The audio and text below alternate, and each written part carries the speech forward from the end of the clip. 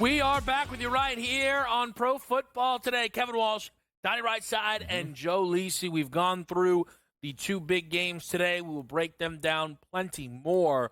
But we do have some NFL news to hit here. And the coaching cycle so far has been quite quiet. We've only seen Mike Vrabel get a job. We still have 6 remaining. And I'll just start with Mike Vrabel quickly as we've had a little bit more time to digest that news, Lisi. Do you find yourself thinking kind of one way or another about that move by New England? No, I mean, it makes sense in the sense of you wanted a Patriot for, the Patriot way. You wanted to maintain, the level of integrity and the discipline that the Patriots had in the middle part to early part with Bill Belichick. Obviously, they tailed off in the last couple of seasons, and you thought you had that in Gerard Mayo, but from the coaching perspective and resume, Mike Vrabel has more experience and has done more. And again, does that mean Gerard Mayo couldn't live up to those expectations eventually? No, it's just that I think Kraft and the organization said, we have an opportunity to get our guy. We have an opportunity to get our guy now and get back quickly to at least becoming a winning football organization, and that's what they did. Do I agree with it? No, the way it played out, it's unfortunate. I thought Gerard Mayo was given only 1 year. He should have been given at least 2 or 3 with that roster. But that's what we see right now. And I think Vrabel will get this team to a certain level. I'm not so sure they get back to the playoffs and be a contender like the Chiefs. Very safe pick, and I agree with this pick. You just had an absolute abject disaster at head coach. You can't afford to take a shot on another up-and-coming coordinator to see how it's going to turn out. You had to go for the sure thing. One thing you know about Vrabel, he understands the Patriot way. He won in Tennessee at a high level that you need. Super Bowl champion? No. But he's going to come in and steady those waters here. And as we said, they have really good draft capital and a ton of money to spend. This should work out. They could not afford to take another risk on a head coaching hire. Yeah, I understand that they couldn't take a risk, but I don't think that Ben Johnson would have been a risk. I don't think that Joe Brady would have been a risk. I think it would have been let's try something different here. And that's my issue, hesitation, if anything, with the hire. Honestly, Vrabel could end up being good. And it's just doing the same thing now for 25 years. It's a lot. And you could say, well, why wouldn't we want a carbon copy? Well, it was a mess for a decade. Or not however long it's been since Tom left. It was a little bit of a mess towards the back end there. Tom left for a reason. And that's just kind of odd to me. Here's what's also odd to me. Everything the Chicago Bears are doing. Every single thing the Bears are doing, I don't like. I don't agree with. I know at times you've mentioned you have, Donnie. To me, when you look at the Chicago Bears, what is the most important thing? Everybody knows, right? It's Caleb Williams. And if you look at the Jacksonville Jaguars job, right? What's the most important thing? Trevor Lawrence. So every single interview the Jaguars make, Liam Cohen, Ben Johnson, right? They try and bring in Joe Brady. They're Kellen Moore, right? The Bears. All right, now, let's go down the list of guys that have won a Super Bowl. Let's get them in the McCarthy, you want to come down? Please. Great. Okay, can we get Pete Carroll in the mix? Awesome. You know what? That's not good enough. Let's go to the college game. Marcus Freeman. What? Yeah, no, great. How about that? Hey, can we trade for Mike Tomlin? Steelers are like, no. All right, we almost had. What is this? What the Chicago Bears do not look like in any capacity they are trying to make a hire with Caleb Williams in mind. They look like they are trying to bring in a guy who can go, I won once, even if all of these guys haven't won anything within over a decade, Joe. Well, think about their former player that they also interviewed, Ron Rivera, that couldn't win in Washington, right? I mean, you want that guy in your organization now as a head coach. It's amazing. I agree with you. And we talked about the hot coordinators, potential coordinators to team up with Caleb Williams, Kingsbury, and now Kingsbury's come out and said he's going to wait until after the playoffs. Ben Johnson, Slowick, you want to throw Cohen into the mix as being one of the most, bright minds from an offensive perspective. You need an offensive guy to come into Chicago and light things up, especially when you think about the coordinators and the teams that you're going up against just from the division. Jordan Love with LaFleur. I'm not saying LaFleur lived up to expectations in that gutless loss to Philly, but throughout the body of work, he at least stepped up.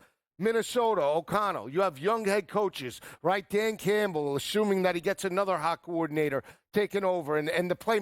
You need to have an offense that could score 24 to 28 points, Donnie, every single week. They can't go the route of McCarthy. You're going to go to Mike McCarthy as your head coach? That's terrible. I'll tell you this. I'll throw the Jets in there, too, because they're Darren Rizzi, any name we could scrape up off the street, we'll interview. We'll get somebody from Dairy Queen while we're at it. I mean, it's a joke. Yeah, the coaches that have actually fired their, teams that have actually fired their coaches for meaning because they stink, and they're looking for new coaches. Same way you get into the draft and you're the one pick looking for a quarterback. Why your quarterback stinks? I actually like what Chicago's doing. I'll say it, and I'm glad they haven't hired anybody. And the more people they ask, they don't want to hire Mike Tomlin. They want Mike Tomlin in a room for 3 hours. Like, you know what? You win football games. We don't. Just lay out your entire year for us, and we're going to all write it down. We're going to film it. We're going to make sure everything is correct. They interviewed Arthur Smith. Doesn't matter. Arthur Smith. You actually had an offense that got first downs. We don't do that. How'd you get the first down of the season here at this point? They're just gathering intel because they have no idea what they're doing as an organization. So I appreciate a team that goes on. You're in sales back in the day. If you're a bad salesman, what do they do? We're going to send you out to Zig Ziglar. He's going to tell you how to sell. If you're a bad real estate agent, hey, go sit with good real estate agents so you might be able to pick something up. Oh, you actually make phone calls and meet clients? I've never done that in the past. That's the Bears. Is Grandma Bear in the room? Hey, how about your chocolate cookies? Are they good? They're asking every question. Everything's bad in Chicago. Yeah, but what about the closing? Always be closing. It takes a set of, Take the coffee out of the meetings. They don't close. It takes a set of breasts. You know what? Here's the thing, right? The idea that they're just trying to bring in anybody who's ever won a football game. They don't even want to hire them. They just want to steal their thoughts. They obviously want to hire Mike Tomlin. No.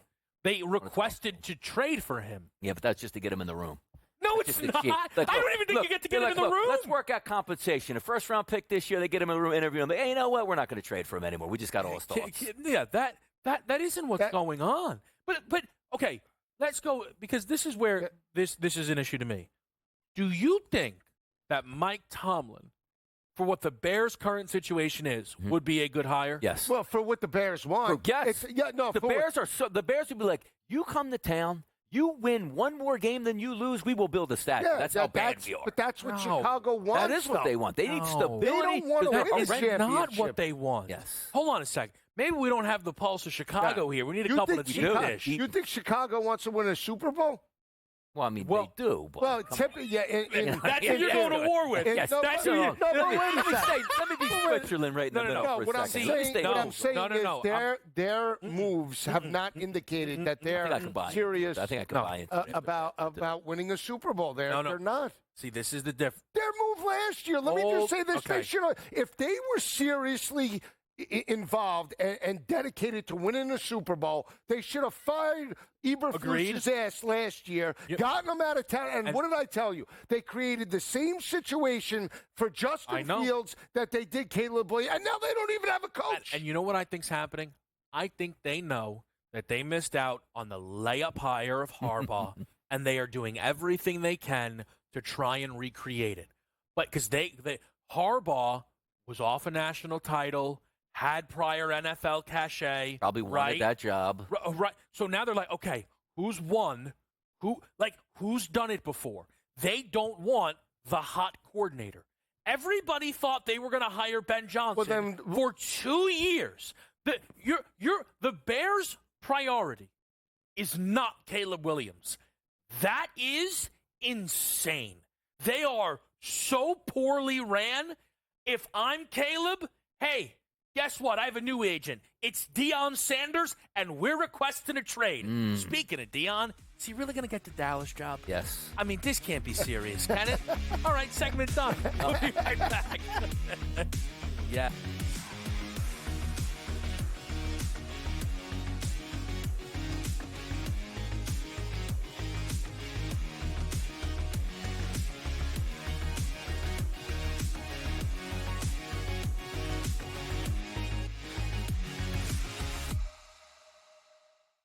The defending champion Kansas City Chiefs aim for an unprecedented third straight Super Bowl, but the Texans are ready to end the dynasty. Then the Commanders, fresh off their first playoff win since 2006, take on the high-powered offense of the Detroit Lions. Start your game day with pro football today at 10 a.m. for pregame betting. Then stay in the action with in-game live game day, only on SportsGrid. What if he gets Kellen Moore? CS guy, right? He was like supposed to be the coach in waiting when he was the offensive coordinator. Is that enough? Like, does Jerry pull the trigger for that? Or does he pull the trigger for Dion? Mike McCarthy would have not let this play out this way unless he had a job. So I think McCarthy already has the New Orleans job. Game time decisions, only on SportsGrid.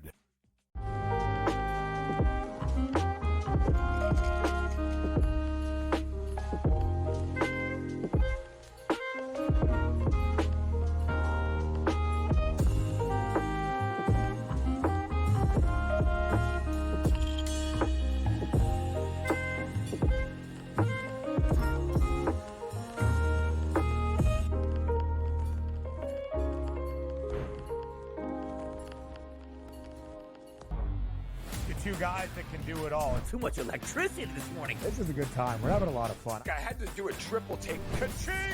Why? Because of parity. I didn't mean to offend. Yeah, it's not going to happen. Load management is a dirty word. Let him rip. You know what? Circumstances provide the results. What? How do you do this once? Oh, Donnie, you got such a good show there. A network that is booming. The Early Line, only on SportsGrid.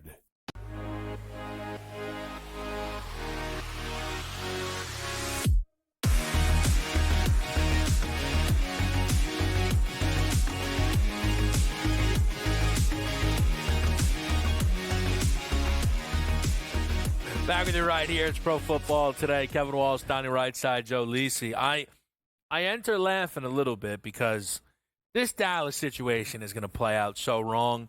And it's going to upset me and it's going to make me McCarthy's happy. coming back, isn't it? It'd be wonderful. I truly cannot believe this Deion stuff. You feel strongly about it, though, Donnie. So talk to me what you think about Deion Sanders, the current Colorado head coach, and his ties to the Dallas Cowboys job. The Dallas Cowboys, to me, if this makes sense, way more sizzle than absolute steak at this point, which means we are part of the show. We have an arena that we need to fill up 90,000 people. We have to be Monday Night Football, Sunday Night Football, Thursday Night Football, and have a talented team enough to make the playoffs. Winning a Super Bowl since 1995 hasn't happened there. But for me, it just seems like the perfect Jerry fit. But also understanding this, Jerry doesn't have a lot of years left here to be, owner at this point. Yeah. He messed around a long time with coaches all the way around, but he likes the coach where been there, done that before in Dallas. They know that every single broadcast, including ESPN, the SportsGrid Network, CBS, NBC, whenever they're talking NFL, it's going to lead with the Dallas Cowboys, whether they're good or bad, and that is great for business. This move makes way too much sense for me, Joe, to not have happened, and quite frankly, have happened already. Because the minute Deion goes to Dallas, they own the cycle for months and months and months ahead, and he loves that. I couldn't agree more. And think about how we covered Colorado from the college perspective in his first year, right? They were the talking points from week one when they were a 4-win football team until what we saw this past year straight through the bowl game against BYU. So, again, I think it's a great fit for Dallas. And when we talk about Deion, wanting to coach in the NFL with Shador and Shiloh, that's in a situation maybe like we brought up, Cleveland, Jacksonville, you name it, Tampa, go through the list. Not Dallas. Dallas is a standalone where he would say, you know what, everything else is trumped by the fact that this is the Dallas Cowboys. This is America's team, and I could be the face of the organization. And on top of that, the hottest name in the NFL. He would be covered at such a huge rate. Level. Yeah. I mean, think about what he did to Boulder, Colorado, and now you're going to have the resources in Arlington where Jerry's going to throw money to get people in. I mean, everything's going to be a circus. Yeah, I don't know. I feel like I'm living in a fairyland, quite frankly, when it comes to this, because I see it all so differently. The notion that all Jerry wants is the headlines. Nope, he tried to bring back McCarthy. So that's not true. That's flatly not true. You can't make that argument because he tried to bring back Mike McCarthy. That's one. The idea that, like, Jerry's crazy to work for. No, Jerry likes to do interviews. Jerry tried to bring back Mike McCarthy. Kept Jason Garrett for way longer than anybody thought he would. Jerry ideally likes to hire someone and keep him around for a long time. But that's how that works, right? The idea that Deion would... There's a cap, and half of it already belongs to Dak Prescott's contract. So this isn't NIL. There isn't money that they get to throw around. He doesn't just get Travis Hunter or Shedeur Sanders or T. Higgins or Jamar Chase or any of these guys. That's not how that works at all. Deion's specialty as a coach is what? Nobody knows. It's being Deion, right? That's the honor. You know I like Deion, right? I said this the other day on air. There's a reason you got me the Colorado jacket. I love it. I like Deion. Deion's a college guy. Would he's we a motivator. He's a so was Dan Campbell bring in for the same thing. Perlman then again. I don't understand. What are we talking about here? But wasn't Dan Campbell viewed as the same way? I mean, not a lot of people thought Dan Campbell was going to be a great hire, and he put solid coordinators around them, just the way Deion, surrounded himself in Boulder. Yeah. So Deion's first step, right, got Sean Lewis as the offensive coordinator. Everybody thought that was great. Fired him, right? Then all of a sudden, Shermer's the offensive coordinator. People weren't sure about that. And all in all, I don't know. He had a quarterback in the Big 12 that's going to go top 5. There's no other quarterbacks in the Big 12 that are going to get drafted top 5. That was great. He had the Heisman Trophy winner at Colorado. So all of these things don't really line up. It just doesn't. And Deion has said, I'll go to the NFL if I can coach Shedeur. Well, then what are we doing here? Is Dak the Cowboys different playing field, though? It's not like I'm going to Green Bay or I'm going to, the Jets job here. You're talking about the marquee position in sports. It would be the head coach of the Dallas Cowboys. The same way every single quarterback that comes through that lasts 5 years gets hundreds of millions of dollars post-career because he was the Dallas Cowboys quarterback here. I just look at it and say, if there's one move Deion would make without his kids, it would be Dallas. And the fact that Deion didn't go, talk to Jerry. Look, Colorado's my home, man. Yeah. Colorado or Dallas, if he's offered that job tomorrow, he will be that head coach, and they will own the cycle of every single sports programming for the next 2 months. That is true, but how could we argue that that's Jerry's priority when he wanted to bring back McCarthy? The evolution of things. Like, he's had Chan in the past, Jason Garrett. He's hired bad coaches. He's had fiery guys like Bill Parcells, and now he's realizing this isn't working out. And, yes, I do think you like Mike McCarthy, an offensive guy that will pick up the phone anytime I ask a question to him and answer it. But now sometimes you have to shake it up. I tried that route. It didn't work here. Let me get the lightning rod that's proven right now as one of those commodities where we can be a good football team, and I can have a lot of excitement around my franchise, which doesn't have a lot of excitement right now. Let me ask you this. Do you think Deion would do a better effort than what McCarthy did in the playoffs, where they were a 6.5-point home favorite, get absolutely smashed, lose to San Francisco in back-to-back years in the playoffs? I really like Deion. What he did at Colorado was absolutely awesome. What is Deion's big marquee? Hold on. He had the bowl game against BYU, where it was a Big 12 battle. He had the NFL kids playing. They got rolled, right? But then they got smashed by Nebraska. You can make the argument. What did Kellen Moore do from a coaching perspective? What did Ben Johnson do from a coaching perspective? I'm not telling you that Kellen Moore would be a great hire. But if they get Kellen Moore or Ben Johnson, is that going to move the needle for the fan base? To me, well, Moore, I don't know. Ben Johnson, yes. Again, like more so than Deion? I don't know. I'll call my dad when we hit the break if you want. I'll ask him. Like, they're buying Deion jerseys. He goes to Dallas. Yeah, probably. Like, what coach would have their own jersey that you But is that good? For business? They're business. These are business entities. The business of the Dallas Cowboys is struggling? No, but you want to put it, again, on a launch pad? Bring back Mike McCarthy. I don't feel like being in anymore. You bring in Deion. Next thing you know, these podcasts with Micah Parsons, like, we just got the greatest coach of all time. What if we brought in Joe Brady, who somehow got Josh Allen to stop throwing picks? Michael Saylor will buy Dallas Cowboys stock if they get Deion. How about that? To the moon. Sell Bitcoin just to buy Dallas stock. There'd be a meme coin, potentially, of Deion. Yeah, and then we're going to have to start trading that in the middle of the casino breakdown. We'll do Sports Millions pick up next. Out.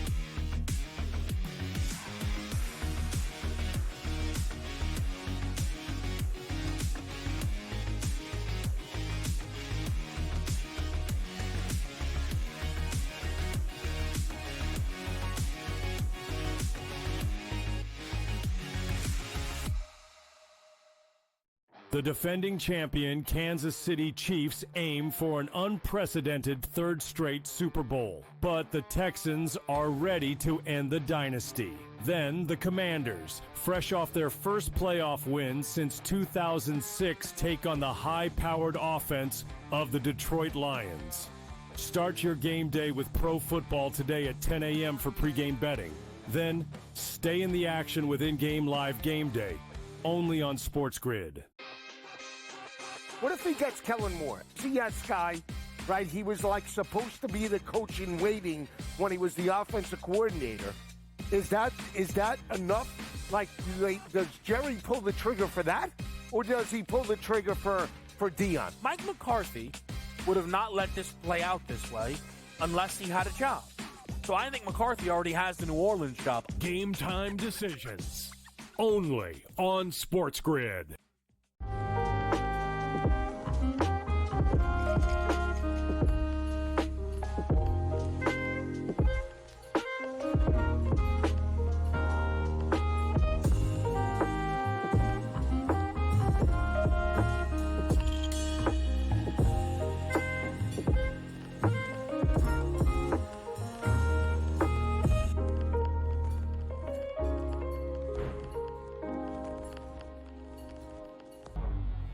Two guys that can do it all. Too much electricity this morning. This is a good time. We're having a lot of fun. I had to do a triple take. Ka-ching!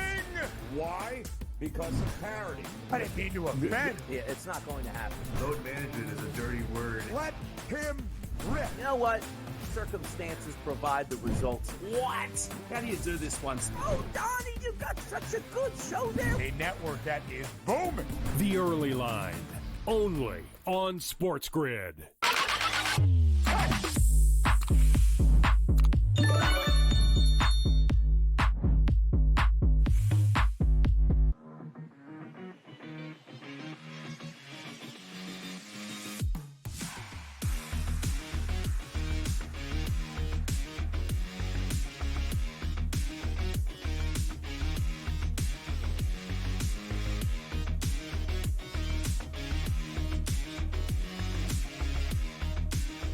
We're back with you right here on SportsGrid. Joe Lisi, Donnie Rightside. I'm Kevin Walsh, and it's time for some Sports Millions Pick'em. And I thought it would be a good opportunity for us to try and work through the backfields. They're all actually a little crowded today. And we'll start in the opening game with the Kareem Hunt, Isaiah Pacheco backfield, where you have Pacheco opened the season as the guy, right? And the injury came in, you know, you figure out whenever he gets back, things will be fine, right? We'll see who holds it down. And they brought Kareem Hunt in, who ended up being much better than people had anticipated. So Pacheco comes back, you're like, all right, that's fine, but eventually this will probably still be Pacheco's backfield. Pacheco doesn't look right. And Hunt is still getting work here, right? There is not a clear star. I think the best option on Sports Millions Pick'em would be Kareem Hunt, higher 34.5 rush yards. I do think Kansas City will look to run the ball quite a lot in this game. That's, you know, because again, I don't think at any point Houston will, at least not for, you'd have to be way deep into the game where KC would lose the opportunity to run, right? Like, it'd be way, way deeper within that game. I think that Hunt at the lower number, who's been maybe a bit better, is the more intriguing option. What do you think of the backfield in KC, Lisa? I like Hunt as that option. Again, the both running backs are, physical runners. They're tough between the tackles, and that's the way you basically have to attack the Houston front seven. So Hunt with a 34.5 number today, I think is a pretty good look to go higher. Because, again, he sealed the deal, if you watch the first game, in terms of that fourth quarter, had a number of different carries. If they start the game running the football, I think it's a pretty good look. And you're not talking 50, 60, 70 yards. You're talking basically, 35 yards to go higher? I think it's a great look. I like Hunt. If we're looking Pacheco and we're looking Hunt overall, I think Hunt does get a bulk of the carries today. and could get through that. Or worst case scenario, they both split the bulk of the carries, which means you're getting 25 carries for running backs here. Maybe you sprinkle in Pirine for a little bit, but let's just say you do get 10 carries out of Hunt. Of course, hey, average 4 yards a carry, you blow that number out of the water. It makes a lot of sense. And also understand this. When you're taking veteran running backs here, when do you want to take them, Joe? I don't know. They haven't played for a couple weeks, and they're rested and ready coming right out of the gate. And you're right about that. Isaiah Pacheco, that little chest injury that he has, he's probably through that. But Kareem Hunt is probably just as involved, if not more involved, than Isaiah Pacheco. Makes sense. Yeah. Let me then ask you about the Detroit backfield, Jahmyr Gibbs and David Montgomery. And it's very interesting because you guys know that I had been a big proponent of just give Gibbs the football. This stuff is a little ridiculous. And you were always great about, yeah, that's cool. They're not going to do that. Let me just take my winning Montgomery action. I think today could be a little bit different. I am still pretty stunned that Monty is playing within this game. And I think if he's healthy enough to play, okay. But I don't know if that means he's healthy enough for a full workload. Again, especially not when the running back who joins him in the backfield is one of the 5 best players at the position. Like, this doesn't even have to be a slight to David Montgomery. He's obviously not Jahmyr Gibbs. Very few are.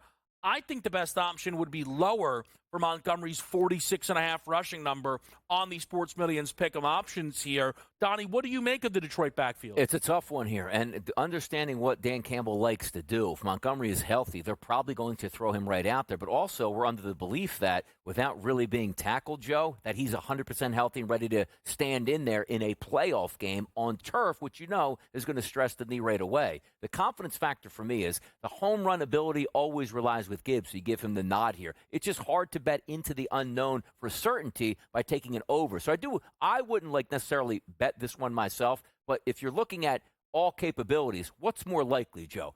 10 carries, 37 yards, feeling his way back, 5 carries, 25 yards, or let me give you the full workload, 16 carries, 122 yards, and 2 touchdowns. He might be a role player today. And role player meaning where do they love to utilize him? Inside the red zone, right? So maybe he gets, carries inside the 5, which cuts down his yardage, and he goes lower than that total. And by the way, those backfields, not the only complicated ones. Washington has a couple of options when you talk about Robinson and Eckler. And then the Houston backfield might be the most confusing because you don't know if you can fully trust Joe Mixon. We'll continue to talk about these superstars today right here at Pro Football Today.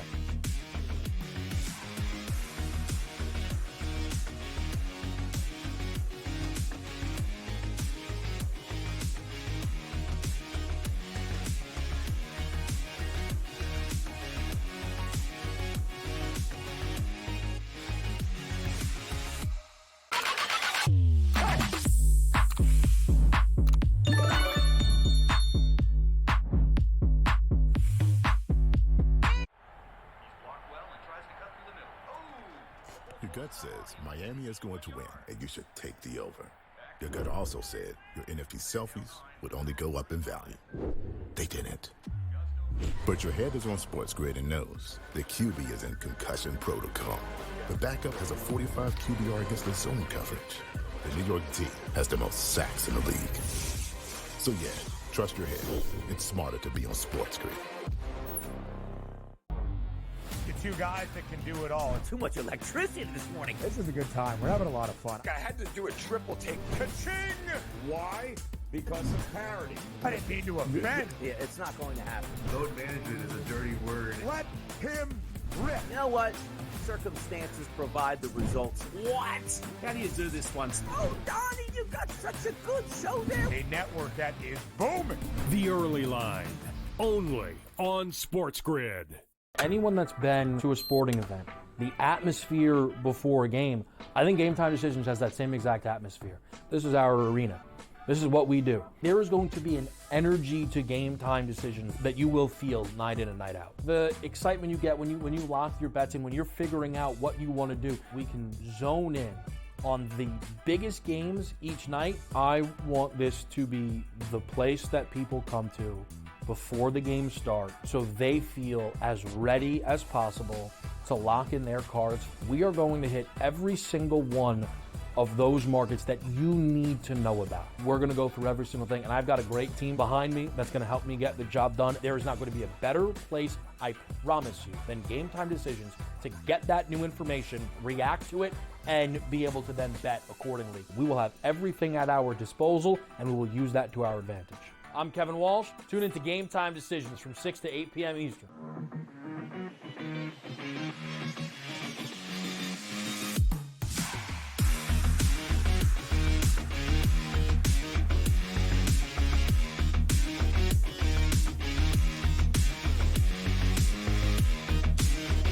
VIP tables.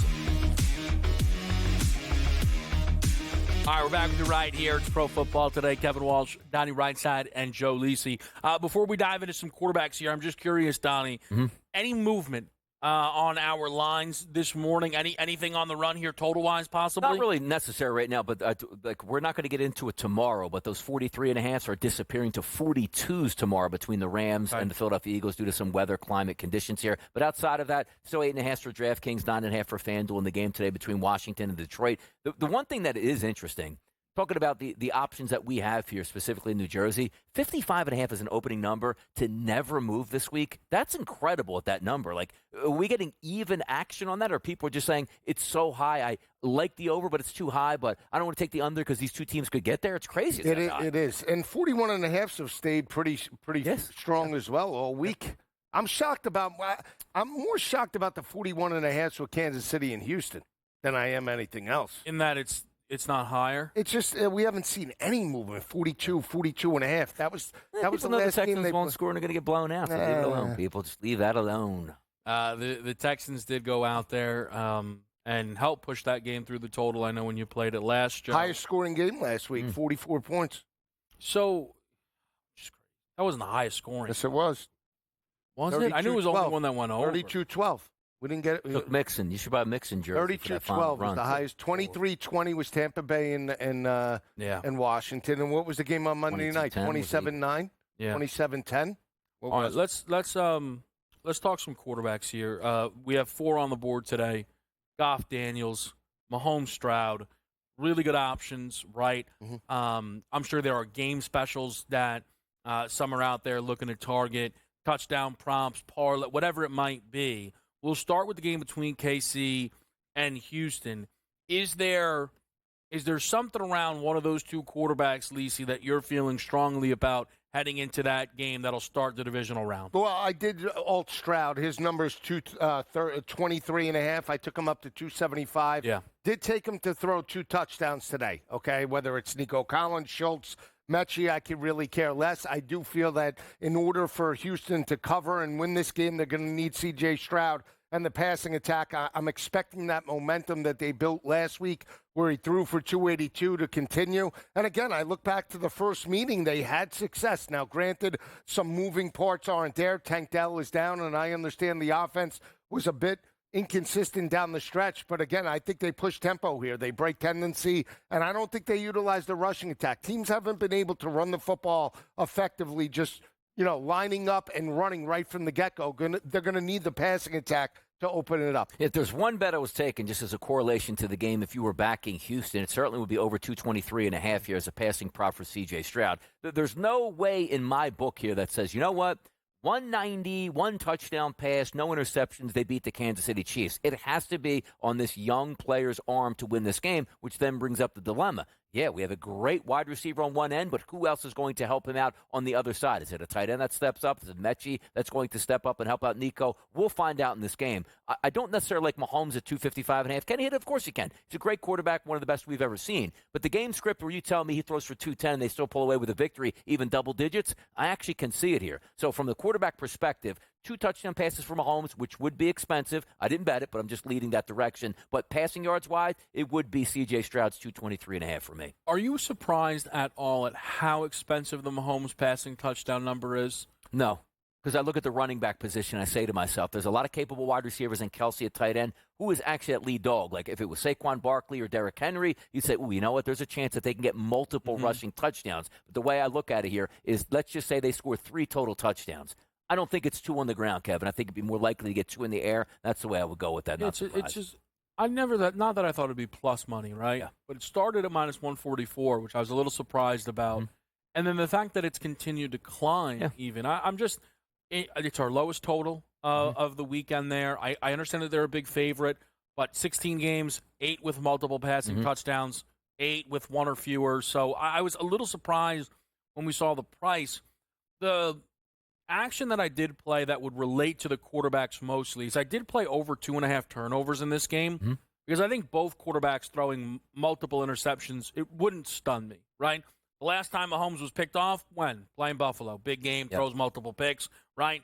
We saw it a few times earlier in the season. The road trip to San Francisco, by the way, that was on the bye.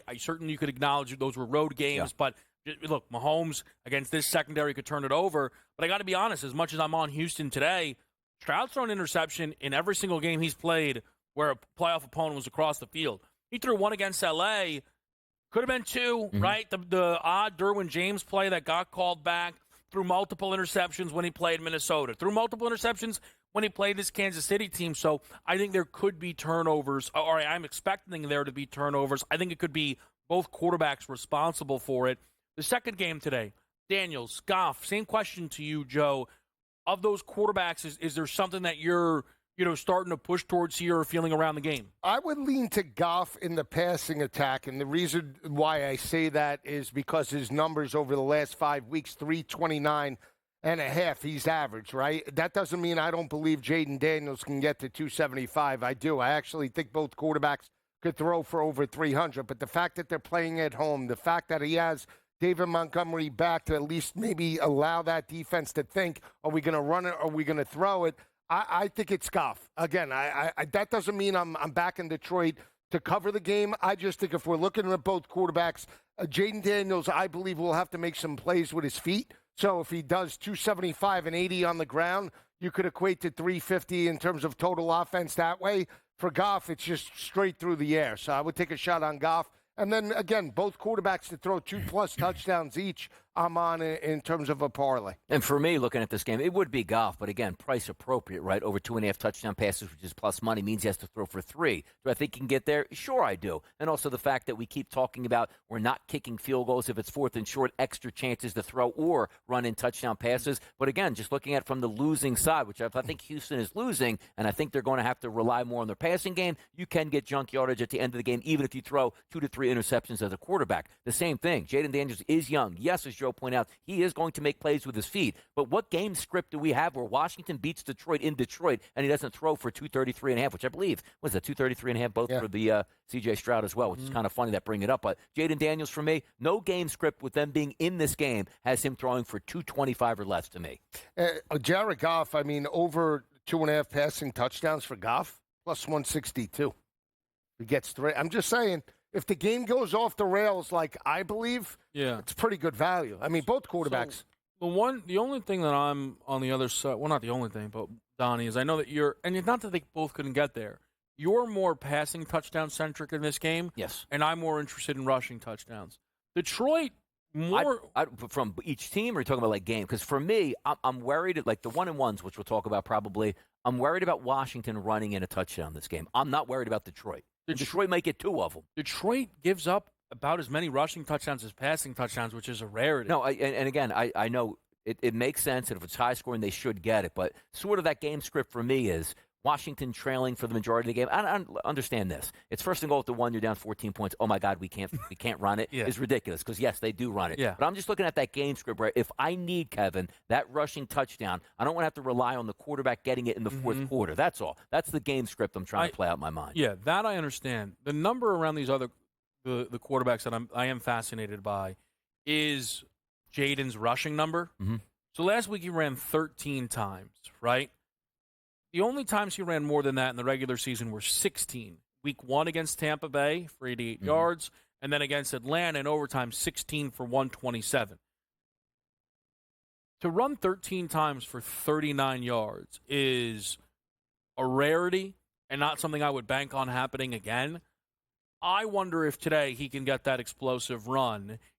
At LSU in the biggest games, he was going to run. And him getting 100 yards in games where sacks counted was not even rare. It's plus 650 for 100 yards. Him to lead the day in rushing, those are some numbers that I think are interesting. We'll talk about a postseason quarterback whose postseason already ended next.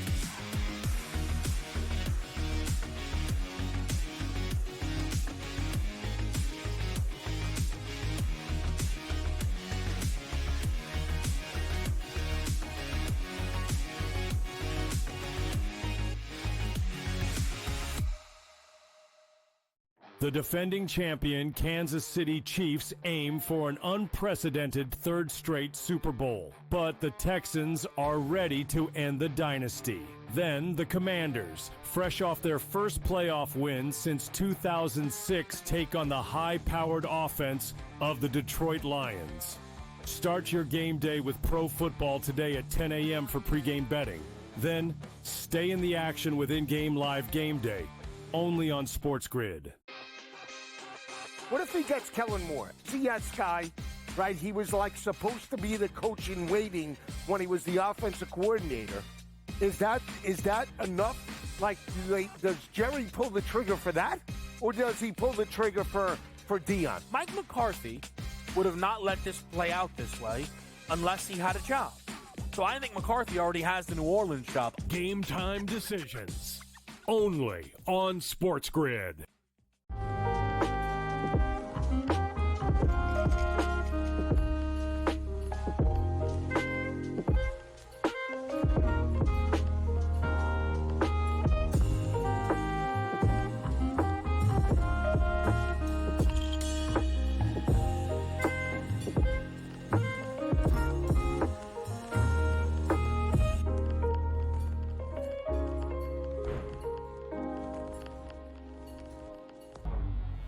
Two guys that can do it all. Too much electricity this morning. This is a good time. We're having a lot of fun. I had to do a triple take. Ka-ching! Why? Because of parity. I didn't mean to offend. Yeah, it's not going to happen. Load management is a dirty word. Let him rip. You know what? Circumstances provide the results. What? How do you do this one? Oh, Donnie, you got such a good show there. A network that is booming. The Early Line, only on SportsGrid.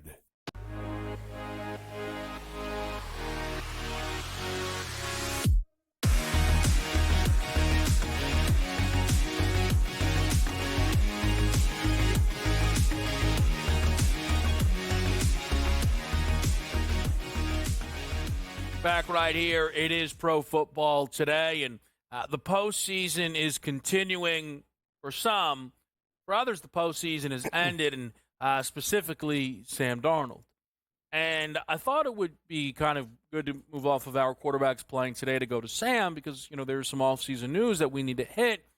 And the news around Darnold is one that I'm going to go crazy about, quite frankly, and end up having to rip some team.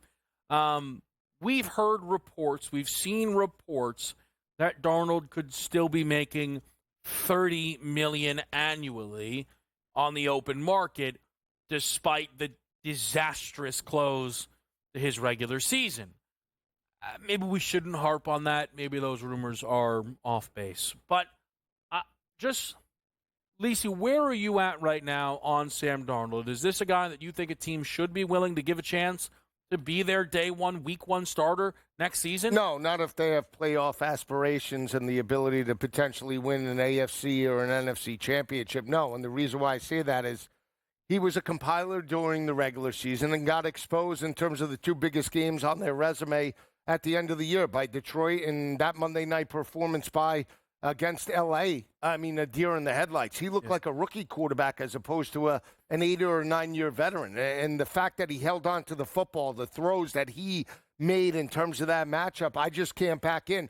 Whatever he found for the first 15 games or 16 games of the regular season, the fountain of youth or whatever he was riding high on, that Cinderella slipper, struck midnight really quick. Mm-hmm. And if you're an organization looking to get back on track, you can't buy in long-term to Sam Darnold. Is he a bridge quarterback? Is he somebody that maybe on a losing organization could potentially groom a rookie quarterback? Yes. But expecting him to be like Baker Mayfield for the money, $25, $30 million, because that's what Tampa Bay got Mayfield on. And Mayfield is leading his team to potentially not only playoff wins, but challenging for division titles. I think it would be a horrible investment. We saw the best of Sam Darnold during the regular season. Serviceable quarterback, high-end offensive coordinator, the best wide receiver in football, and a competent game plan he can execute. But understand this. I don't think there's a football team out there that in their offseason is going to fire up their fan base by saying, we finally got our franchise quarterback, it's Sam Darnold. Which brings me to the next conversation is, he doesn't have to be a starter for me. he would be a wonderful backup quarterback to a really good football team. Case in point, a team like the Kansas City Chiefs. Carson Wentz is there. We love him. Sam Darnold will be an upgrade. But answer me out on this. If Patrick Mahomes goes down, you're probably not winning the Super Bowl anyway. But if Patrick Mahomes goes down and misses 2 to 3 weeks, he's as good as it gets as a backup quarterback to step up and say, I was a high draft pick. I have a lot of talent. I've performed in regular season games. I can hold the fort down till our superstar quarterback comes back. That's where I think he fits in. And that's not a bad option for him. You're talking about a guy that's banked some pretty good coin already and can have another 10-year run in the NFL by being a very good backup quarterback. But no, he should not be a starting quarterback anywhere in the NFL next year, any way, shape, or form, or unless Joe says as a bridge quarterback. But to get him to be your starter and his agent goes, well, yeah, he's a starter, man. $20, $30 million, right? That's the going price for a good starting quarterback? No, I don't think he should get that at all. Yeah. Maybe Cleveland, and I know Tennessee has the number 1 pick, but a team like that is just dead and buried, and you're just looking to get back off the mat, Sam Darnold could start. Yeah, so the confusing thing again to me is the notion that he is still going to get not record-breaking money, but you're our quarterback money. And if that's there's no one that should really pay him that. Now, I will say I don't think it is at all on the board that he takes a job where he is signed up to just be a pure reserve, like the Kansas City Chiefs or the Buffalo Bills or the Cincinnati Bengals. I don't think that's what Darnold would be looking for either. To me, this is one of these situations, though, when we try and find a landing spot, I think there is a potential obvious one. And it is another one of the hits keep coming to the Brock Purdy $60 million train, because every single piece of quarterback news to me means that they are completely out of their mind in the Bay if they pay this kid $60 million. And you guys know I like Brock Purdy, right? If Brock Purdy is worth 60, we know the Niners like Darnold. They were the ones who started telling everybody he was Steve Young. You don't think they could get Sam Darnold for $20 million? And at that point, saving $40 million annually wouldn't be worth it? If you had to choose between those two options, would you guys go Brock Purdy at $60 million or Sam Darnold at 20? I would go Sam Darnold at 20, but that's really what your back's against the wall. I never believed that Brock Purdy was worth 65. You're not going to pay him more. I couldn't pay him more than Pat Mahomes, Joe Burrow, staff. I can't pay him more than winning quarterbacks. Nobody does. But sometimes you're left without an option. My point, Donnie, is I think Darnold at $20 million is a better option. It does, but Sam Darnold's not going to go there knowing he's a starting quarterback for $20 million. Like, we're living like in a perfect world at this point. Hey, Sam, come start for us. You know, you're the keys to the castle, and you're going to lead us to a title. And he goes, awesome. Were we giving Brock 60? I'll give you a discount 57.5. So I think that is I understand why you're saying that.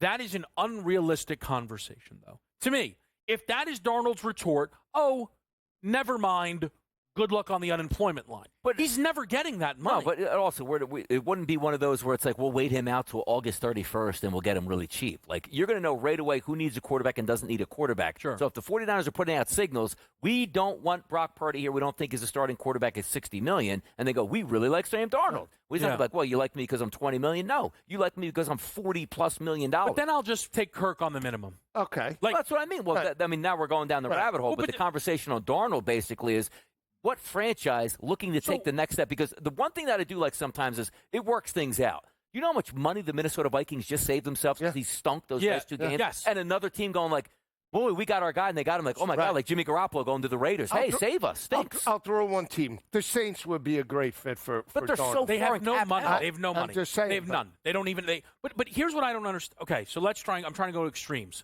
Would you rather play for $20 million as the Niners star if you're Darnold? $20 million with the Niners, $40 million with the Raiders. $40 million with the Raiders. Because it's just money. It's money. It's money. And it's an overwhelming amount. And listen, I'm not saying it isn't, right? But you then also need the Raiders to be willing to give him 40, but they wouldn't, which I don't think they would. No. Yeah. So the world where they go, hey, Sam, $20 million to be our starter, goes, no way. 40 is the price of a starter. And then nobody else calls There's him? no way he would get $20 million to be the starting quarterback of the team. He better hope he has college eligibility left. Saturday morning crunch next.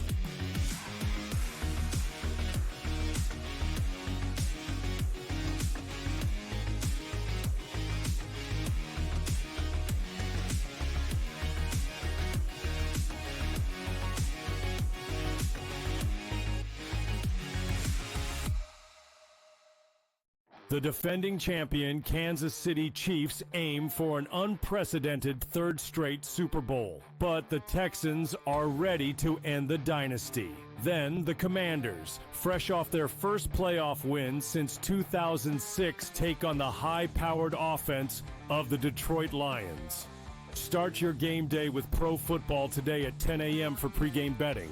Then stay in the action with in-game live game day, only on SportsGrid. What if he gets Kellen Moore? CS guy, right? He was like supposed to be the coach in waiting when he was the offensive coordinator. Is that enough? Like, does Jerry pull the trigger for that? Or does he pull the trigger for Dion? Mike McCarthy would have not let this play out this way unless he had a job. So I think McCarthy already has the New Orleans job. Game time decisions, only on SportsGrid.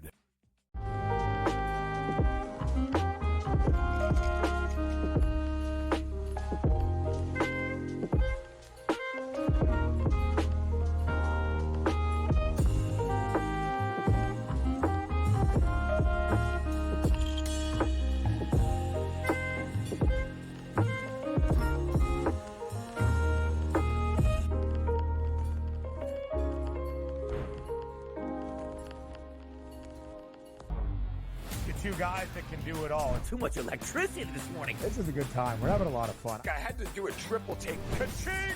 Why? Because of parity. I didn't mean to offend. Yeah, it's not going to happen. Load management is a dirty word. Let him rip. You know what? Circumstances provide the results. What? How do you do this once? Oh, Donnie, you got such a good show there. A network that is booming. The Early Line, only on SportsGrid.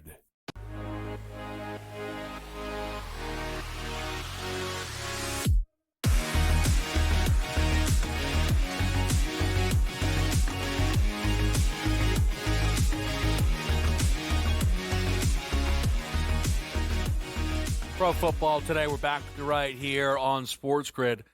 We did just run a little Sam Darnold list out there, and about 50% of the teams on the list, a generous list intentionally, might also just draft a quarterback. So, but that is then the same situation for Darnold, right? That's the bridge. There's $1 million. Like let's see that graphic. 36-12. Like, yeah, he's getting $50 million a year. Like, he ain't getting that. Like, look at those numbers. That's a $50 million a year quarterback with those numbers. But so anybody not named Sam exactly. Darnold. Like, if you could put like the shadow quarterback, I'm like, oh, I want this guy. This is my friend. And then the screen pops up. You're like, oh, no, but we lost. But I feel like my thing is we saw Kirk put up the numbers, and everybody always had huge questions around Kirk, and Kirk was ultimately better than that. So I don't know why we have to pretend. The thing about Sam Darnold, though, is like 2 weeks previous before these games, we're like, Minnesota might trade their backup quarterback because he was so bad in those two games. They're like, that's the Darnold we knew. But if he would have glossed over just one or two more games, no doubt. And listen, we're not even having arguments. I thought Minnesota had an easy decision on their hands because now you didn't have to rush JJ back. Yes, right. Like the Green Bay sat Love forever, so there's no rush. It was an easy decision. Front-loaded 2 years, $40 million a year. They would have done it. All he had to do was win a playoff game. Yep. That's all he had to do. He had two chances, and he beat lost Detroit first time. Actually, not even just win the game. All he had to do was perform well on that. Like he wasn't the fault. Right. Yes, correct. Right. Yeah, listen. Holding the ball like 8 seconds, like he's hanging out buying bread back there. So, again, look, ultimately, I think Darnold, it just feels like a carbon copy Daniel Jones thing where I spend a lot of time going, nobody's going to give him that. Everybody goes, yeah, but that's what they're worth. And then some team somehow makes everybody else correct, and then that's what they're worth. And then everybody goes, woof, bad deal. And I'm like, I don't understand how this happened again. Let's crunch it up, though. We're right here. It's Pro Football Today. Let's hit that crunch. They changed Saturdays. I was going to rip the board. Oh, gosh. Only on Saturday Grid. Come on. Only on Saturday. We were 50-50 right there. We Saturday had a good Grid shot. Crunch Morning Sport. Man. I'm glad it's not me. That's all. That's it. I always butcher this segment, or that's to sell me some. something segment. Well, for you, they're the same segment. Oh, is what really? we found out. Yeah. as No, the that's season nice. I can't wait to see where you go today, by the way. Yeah. Lisi started off, and here's the thing: your picks are hidden today. They So are. good luck. Really? Yeah, really? All right, so we'll start in the first game. I actually like both of I like both of these games to go over. I talked about C.J. Stroud coming off the 282-yard performance. His number opened up at 237.5. It's down to 233.5.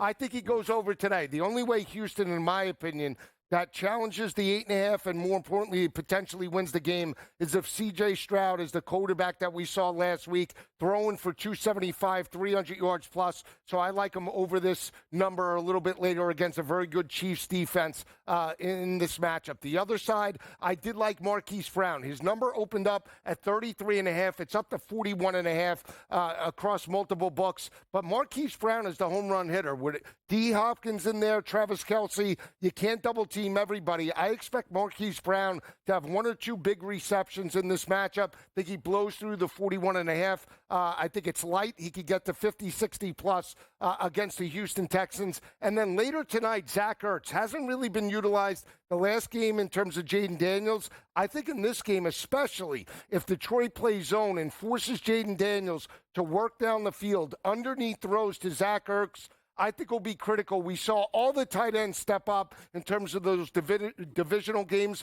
on Saturday. We didn't see Ertz step up Sunday against Tampa Bay. 29.5, guys, to me is way too light. 40-50, I think, for Ertz tonight. Yeah, it makes sense, too, because I don't necessarily love the matchup for Zach Ertz, but I love how I'm playing this game out in my mind for extra passing there for the second half, and also just taking a minimal number on Hollywood as well, going up there for or Marquise Brown for Kansas City.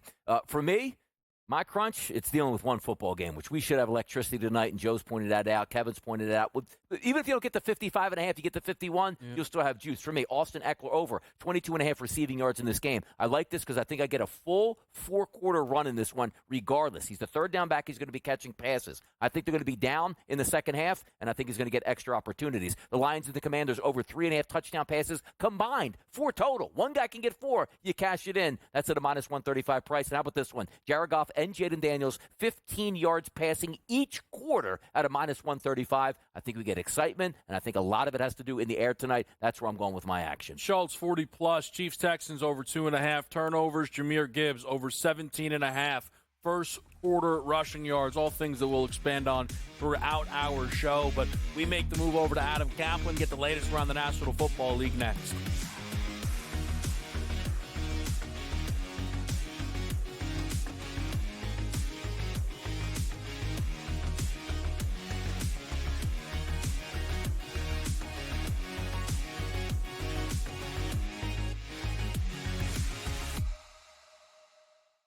The defending champion Kansas City Chiefs aim for an unprecedented third straight Super Bowl. But the Texans are ready to end the dynasty. Then the Commanders, fresh off their first playoff win since 2006, take on the high-powered offense of the Detroit Lions.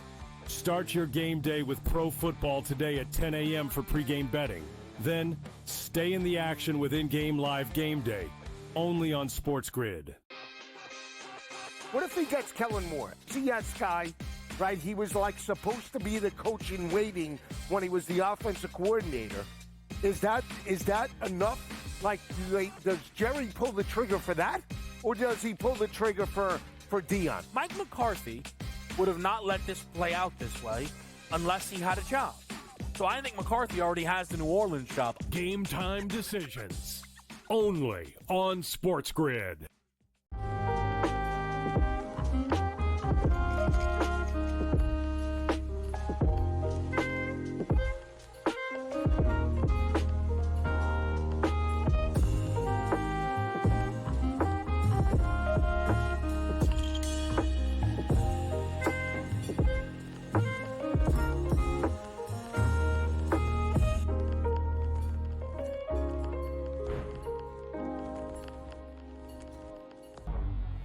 Two guys that can do it all. Too much electricity this morning. This is a good time. We're having a lot of fun. I had to do a triple take. Ka-ching!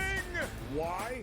Because of parity. I didn't mean to offend. Yeah, it's not going to happen. Load management is a dirty word. Let him rip. You know what? circumstances provide the results. What? How do you do this one? Oh, Donnie, you got such a good show there. A network that is booming.